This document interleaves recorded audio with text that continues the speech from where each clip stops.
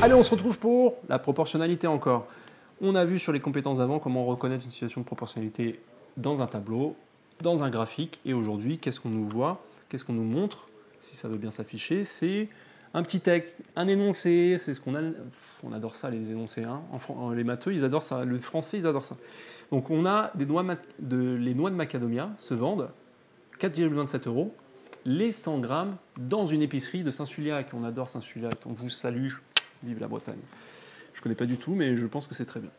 Est-ce que c'est une situation de proportionnalité? C'est la question du jour. Donc on peut revenir aussi sur notre petit tableau là, voilà, qui s'affiche. Là, le petit tableau qui résume tout pour moi, c'est il y a proportionnalité entre deux grandeurs. Quand on prend la première grandeur, on la multiplie toujours par le même nombre, ok? Je multiplie toujours, ici c'est représenté par un petit a. Okay, j'ai des valeurs, ça peut être 1, 2, 3, 4, ça peut être des fractions, des décimaux, ce que vous voulez. La grandeur 2, si elle est proportionnelle à la grandeur 1, bah forcément je multiplie toujours par le même nombre pour aller de 1 à 2. Ça marche? Si ce n'est pas clair, revenez sur le principe du tableau. Et on l'avait vu aussi graphiquement. Donc avant de partir du graphique, on peut essayer de refaire ça. Est-ce que ça va marcher? Ici, le petit piège, parce que c'est un exercice assez évident, hein, le prix au kilo, nanana, où vous pesez vos fruits, ici c'est des noix, mais ça peut être autre chose, en fonction du nombre, de la quantité que je prends et du coup du poids, parce qu'il y a une masse volumique, hein, vous êtes bon en physique, la quantité que je prends, je vais payer en conséquence, voilà ce que j'ai pris. Donc, intuitivement, on sent qu'il y a une histoire de proportionnalité, mais il y a juste cette histoire de 100 grammes qui peut perturber certains. Donc, comme c'est tous les 100 grammes, on va dire, ok, bah ici, dans ce tableau-là, je vais prendre, et ce qui est bien en proportionnalité, c'est de vérifier à 0. Donc on va dire, je vais prendre à 0 grammes, qu'est-ce que j'ai? Pour 100 grammes, je vais dire que je vais prendre un 100 grammes, parce que moi, on m'a donné le prix au 100 grammes. Donc je vais dire un 100 grammes, 200 grammes et 300 grammes, par exemple.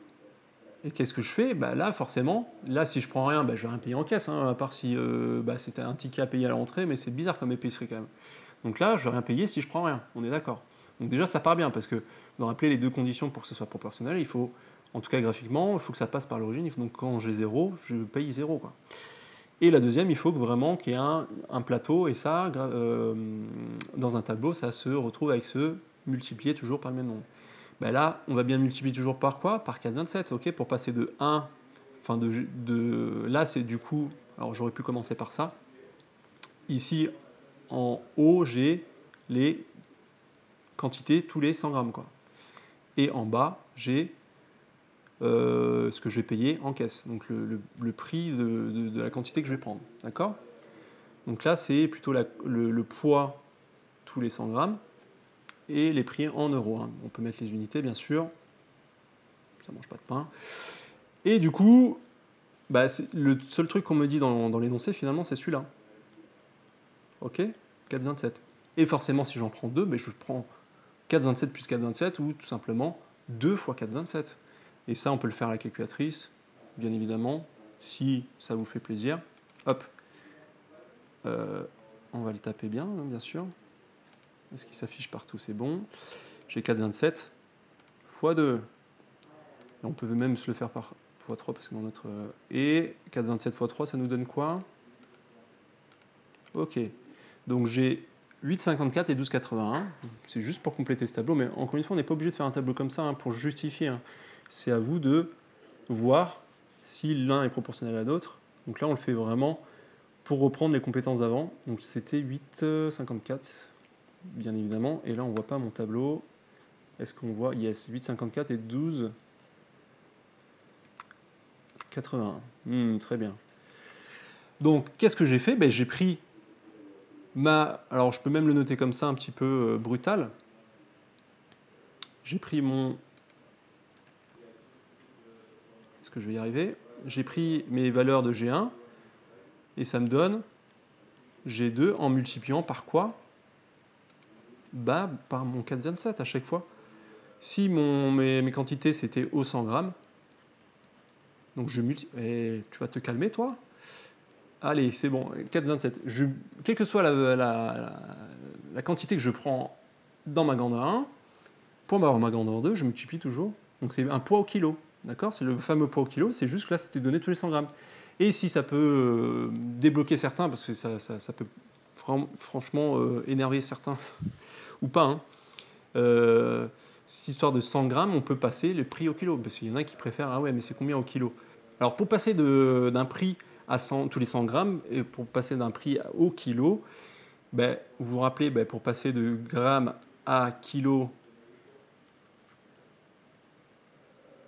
eh ben, il me faut 1000 grammes pour avoir 1 kilo. Mais là, sauf que j'ai pas 1000 grammes, j'ai 100 grammes. Donc ça me donne quoi?